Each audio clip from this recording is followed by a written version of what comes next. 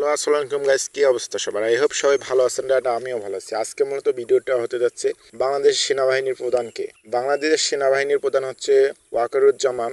বাংলাদেশ সেনাবাহিনীর প্রধান হলেন অ্যাডমিরাল এম ওয়াকারুজ্জামান। কে এই সেনাপ্রধান, কি তার পরিচয়? বাংলাদেশের 18তম সেনাপ্রধান হিসেবে দায়িত্ব পাচ্ছেন ওয়াকারুজ্জামান। আজকের মূলত এই ভিডিওতে সবকিছুই বলে দেওয়া হবে। 18তম সেনাপ্রধান হিসেবে ওয়াকারুজ্জামান 16 সেপ্টেম্বর 1966 সালে শেরপুর জেলায় জন্মগ্রহণ করেন। 24শে ডিসেম্বর 1997 থেকে 23শে ডিসেম্বর সাবেক সেনাপ্রধান ছিলেন তার শ্বশুর মোস্তাফিজুর রহমান। প্রতিরক্ষা মন্ত্রণালয়ের এক প্রেক্ষাপটে ওয়াকারুজ্জামানকে সেনাবাহিনীর প্রধান হিসেবে নিয়োগের বিষয়টি জানানো হয়।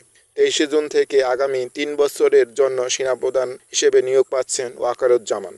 বলা হয় যে বাংলাদেশের লেফটেন্যান্ট জেনারেল ওয়াকারুজ্জামানকে 23শে জুন 2024 থেকে জেনারেল পদের মধ্য দিয়ে বেতন ভাতা, অন্যান্য সুযোগ সুবিধা, আইন সুবিধা আগামী 3 বছরের জন্য সেনাপ্রধান হিসেবে নিয়োগ করালেন হবে ওয়াকারুজ্জামান। বর্তমান বাংলাদেশের চিফ অফ জেনারেল হিসেবে দায়িত্ব পালন করবেন ওয়াকারুজ্জামান 1985 সালে 20শে ডিসেম্বর 13তম ফোর্সে যোগ দেন। ডিফেন্স সার্ভিস কমান্ডো অ্যান্ড কলেজে মিরপুর, যুক্তরাজ্যে জয়েন্ট সার্ভিস কমান্ডো কলেজ থেকে গ্র্যাজুয়েশন শেষ করেন।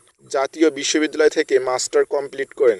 তিনি শুধু দীর্ঘ 39 বছর যাবৎ সামরিক জীবনে ওয়াকারুজ্জামান বিভিন্ন গুরুত্বপূর্ণ পদের পাশাপাশি নবম পদাতিক, জেনারেল অফিসার, কমান্ডো সবার এগিয়ে আসেন। সামরিক সচিব এর দায়িত্ব পালন করেন। এছাড়াও তিনি বাংলাদেশের সেনাবাহিনীর প্রতিনিধি হিসেবে দেশ বিদেশে উল্লেখযোগ্য সেমিনার, সিম্পোজিয়াম এর জেনারেল অংশগ্রহণ করেন এবং বাংলাদেশের সেনাবাহিনীর নাম মুক্তি উজ্জ্বল করেছেন।